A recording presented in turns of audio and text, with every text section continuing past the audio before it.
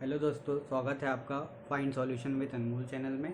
आज मैं आपके लिए लेकर आया हूँ सावन का महत्वपूर्ण तिथियाँ, कुछ 5 खास पौराणिक तथ्य सावन से जुड़े हुए। जैसा कि हम सब लोग जानते हैं, सावन का महीना आज 25 जुलाई 2021 से चालू हो रहा है। तो जानते हैं कि इसका महत्व क्या है। चलिए, वीडियो को लाइक कीजिएगा, सब्सक्राइब कीजिएगा ताकि आगे बहुत लोगों तक पहुँच सके, और कमेंट करके बताइए कि आपको वीडियो कैसा लगा। चलिए आगे देखते हैं।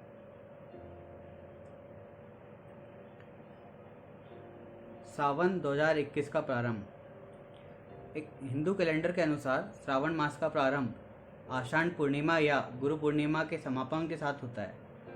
सावन माह हिंदू कैलेंडर का 5वां माह होता है। इस वर्ष सावन माह 25 जुलाई दिन रविवार को प्रारंभ हो रहा है। मतलब कि आज ही आपका जो सावन का महीना है वो आरंभ हो रहा है। इसका समापन 22 अगस्त दिन रविवार को होगा।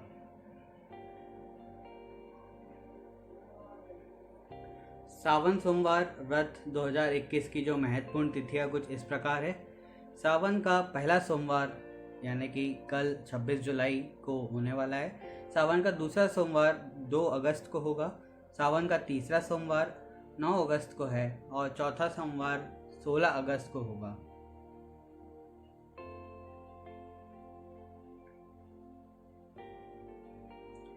दोस्तों, सावन का महत्व समझाने के लिए मैंने आपके कुछ विशेष चीज़ें लेके आई है।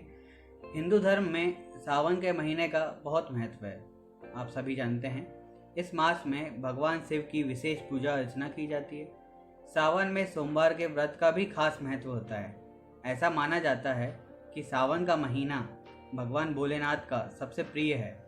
शिव पुराण के अनुसार शंकर भगवान श्रावण माह में सोमवार का व्रत करने वाले भक्तों की सारी मनोकामनाएं पूर्ण कर देते हैं। सावन के महीने का शिव भक्तों का हमेशा इंतजार रहता है। सावन में शिव जी ने किया था विषपान। शायद आप लोग को, कुछ लोगों को पता भी होगा, कुछ लोगों को नहीं भी पता होगा। पौराणिक कथा के अनुसार समुद्र मंथन सावन मास में हुआ था। इस मंथन से विष निकला तो चारों तरफ हाहाकार मच गया था। संसार की रचना करने वाले भगवान शिव ने विष को कंठ में धारण कर लिया था। मतलब उन्होंने अपने गले में रख लिया था। विष की वजह से उनका गला कंठ नीला पड़ गया और वे नीलकंठ कहलाने लगे। विष का प्रभाव कम करने के लिए सभी देवी देवताओं ने भगवान शिव को जल अर्पित किया, जिससे उन्हें राहत मिली। इससे वे काफ़ी प्रसन्न हुए। तभी से हर वर्ष सावन मास में भगवान शिव को जल अर्पित करने या उनका जलाभिषेक करने की परंपरा बन गई। दोस्तों, सावन माह से जुड़ी कुछ पौराणिक कथा के अनुसार ऐसा कहा जाता है, देवासुर संग्राम में समुद्र मंथन से निकले हलाहल विष को कैलाशपति भगवान शिव जी ने पी लिया था। विष के प्रभाव से उनका शरीर बहुत ही ज़्यादा गर्म हो गया था, जिससे शिव जी को काफ़ी परेशानी होने लगी थी। भगवान शिव को इस परेशानी से बाहर निकालने के लिए इंद्रदेव ने जमकर वर्षा की। कहते हैं कि यह घटनाक्रम सावन के महीने में हुआ था। इस प्रकार से शिव जी ने विषपान करके सृष्टि की रचना की थी। तभी से यह मान्यता बन गई है कि सावन के महीने में शिव जी ही अपने भक्तों को कष्ट अति शीघ्र दूर कर देते हैं।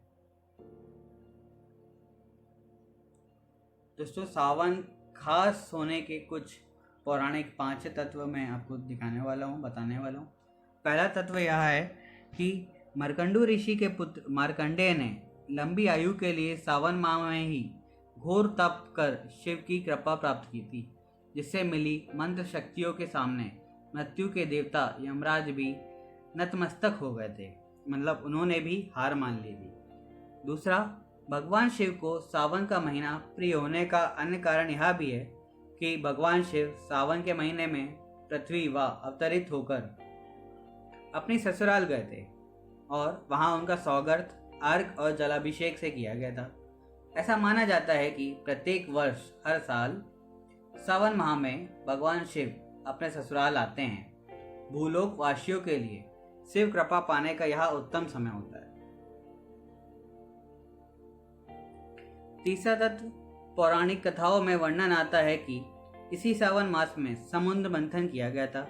समुद्र मथने के बाद जो हलाहल विष निकला उसे भगवान शंकर ने कंठ में समाहित कर षष्ठी की रचना की, लेकिन विषपान से महादेव का कंठ नीलवर्ण हो गया।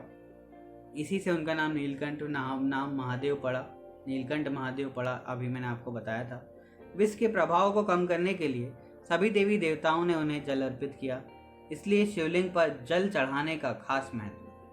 यही वजह है कि श्रावण मास में भोले को जल चढ़ाने से विशेष फल की प्राप्ति होती है। शिव पुराण में चौथा तत्व मैं आपको बता रहा हूँ। शिव पुराण में उल्लेख है कि भगवान शिव स्वयं ही जल हैं, इसलिए जल से उनकी जलाभिषेक के रूप में आराधना का उत्तमोत्तम फल मिलता है, जिसमें कोई संशय नहीं है, कोई शक नहीं है। पांचवा तत्व, शास्त्रों में वर्णित है कि सावन महीने में भगवान विष्णु योग निद्रा में चले जाते हैं, इसलिए ये समय भक्तों, साधु संतों सभी के लिए अमूल्य होता है, अमूल्य माना जाता है। यह 4 महीनों में होने वाला वैदिक यज्ञ है, जो एक प्रकार का पौराणिक व्रत है, जिसे चौमासा भी कहा जाता है। तत्पश्चात षष्ठी के संचालन का उत्तरदायित्व भगवान शिव ग्रहण कर लेते हैं, इसलिए सावन के प्रधान देवता भगवान शिव ही माने जाते हैं। वीडियो को अंत तक देखने के लिए धन्यवाद दोस्तों। आप यह वीडियो सभी तक पहुंचाएं, ज़्यादा से ज़्यादा शेयर करें, लाइक करें, सब्सक्राइब करें और कमेंट करके बताइए कि आपको वीडियो कैसा लगा। धन्यवाद।